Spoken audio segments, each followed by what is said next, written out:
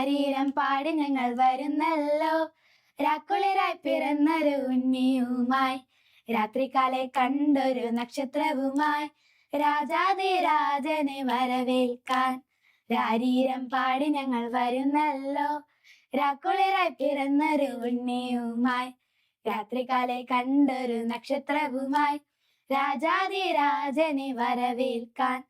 ആർത്തുപാടാം ഉല്ലസിക്കാം, ക്രിസ്തുമസിൻ മംഗളങ്ങളേറ്റു പാടിടാം. ആർത്തുപാടാം ഉല്ലസിക്കാം, ക്രിസ്തുമസിൻ മംഗളങ്ങളേറ്റു പാടിടാം. ആഹാ ഗ്ലോറിയ, ആഹാ ഗ്ലോറിയ, ആഹാ ഗ്ലോറിയ, ആഹാ ഗ്ലോറിയ. ഏവർക്കും ആഗതമാകുന്ന ക്രിസ്മസിന്റെ മംഗളങ്ങൾ ആദ്യമേ നേരുന്നു. ക്രിസ്മസിന് അടുത്തെത്തി. ഉണ്ണിയേശുവിനെ വരവേൽക്കാൻ നിറയെ പൂക്കൾ കൊണ്ട് അലങ്കരിച്ച പുൽക്കൂട് പോലെ പ്രകൃതി സ്വയം അണിഞ്ഞൊരുങ്ങിക്കഴിഞ്ഞു. അതെ, എങ്ങും നിറയെ പൂക്കൾ മാത്രം. പൂക്കൾ ഇഷ്ടമില്ലാത്തവരെ ആരാണുള്ളത്? മനോഹരമായ പൂക്കളുടെ സൗന്ദര്യവും സൗരഭ്യവും മനസ്സിന് നൽകുന്ന സന്തോഷം പറഞ്ഞറിയിക്കാവുന്നതല്ല. ക്രിസ്മസ് എന്ന് കേൾക്കുമ്പോൾ നമ്മുടെ മനസ്സിൽ തെളിയുന്ന ഒന്നാണ് ക്രിസ്മസ് പൂക്കൾ. പച്ചയും ചുവപ്പും ഇടകലർന്ന ഈ പൂക്കൾ കാണാൻ എന്തു ഭംഗിയാണ്. യൂഫോർബിയ എന്ന ഇനത്തിൽപ്പെട്ട സ്പർജ് കുടുംബത്തിലെ പോയിൻസെറ്റിയ എന്ന ഈ പൂക്കൾ എങ്ങനെ ക്രിസ്മസ് പൂക്കളായെന്ന് നിങ്ങൾക്ക് അറിയാമോ?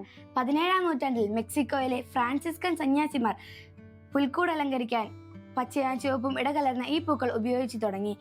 നക്ഷത്രാകൃതിയിലുള്ള ഈ ഇലകൾ ബത്ലഹേമിലെ നക്ഷത്രത്തിന്റെയും ചുവപ്പ് നിറം യേശുവിന്റെ കുരിശിലെ രക്തബലിയെയും സൂചിപ്പിക്കുന്നു.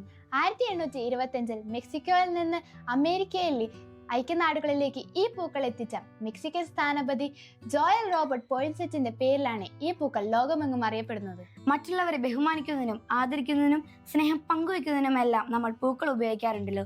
ക്രിസ്തുമസ് ആശംസകൾ നേരുന്നതിന് ക്രിസ്മസ് കാർഡിനും ക്രിസ്മസ് കേക്കിനുമൊപ്പം പൂക്കൾ നൽകുന്നു. എന്നാൽ നമ്മെ തന്നെ സ്വയം ദൈവത്തിന് സമർപ്പിക്കുന്നതിന്റെ പ്രതീകങ്ങളായിട്ടാണ് ദൈവസന്നിധിയിൽ നാം പൂക്കൾ സമർപ്പിക്കുന്നത്. ദൈവസന്നിധിയിൽ ചെറുപുഷ്പമായി സ്വയം സമർപ്പിച്ച് സ്വർഗീയ പരിമളം പരത്തുന്ന എത്രയോ പുണ്യാത്മാക്കൾ തിരുസഭയിൽ അധികമാണ്. ലെബനോനിലെ ലില്ലിപ്പൂക്കൾ പോലെ, ഷാരോണിലെ റോസാപ്പൂക്കൾ പോലെ നിർമ്മലവും സൗരഭ്യവുമുള്ള പൂക്കളായി നമുക്ക് മാറാം. എന്നാൽ ലോകരക്ഷണ വരവനായി തൂമന് പൊഴിച്ച് കാത്തിരിക്കുന്ന ഭൂമിയെ പോലെ തൂമനിൻ വെണ്മയുള്ള ഹൃദയങ്ങളൊരുക്കി നമുക്കും രക്ഷകന്റെ വരവിനായി കാത്തിരിക്കാം. സുഹൃദീപങ്ങളാലും സത്പ്രവർത്തിയാലും ഈശോയുടെ പുൽക്കൂട്ടിൽ നമുക്ക് പൂക്കൾ നിറയ്ക്കാം. ഇന്നേ ദിവസം നമ്മുടെ പ്രാർത്ഥന മുറി പൂക്കൾ കൊണ്ട് അലങ്കരിക്കാം.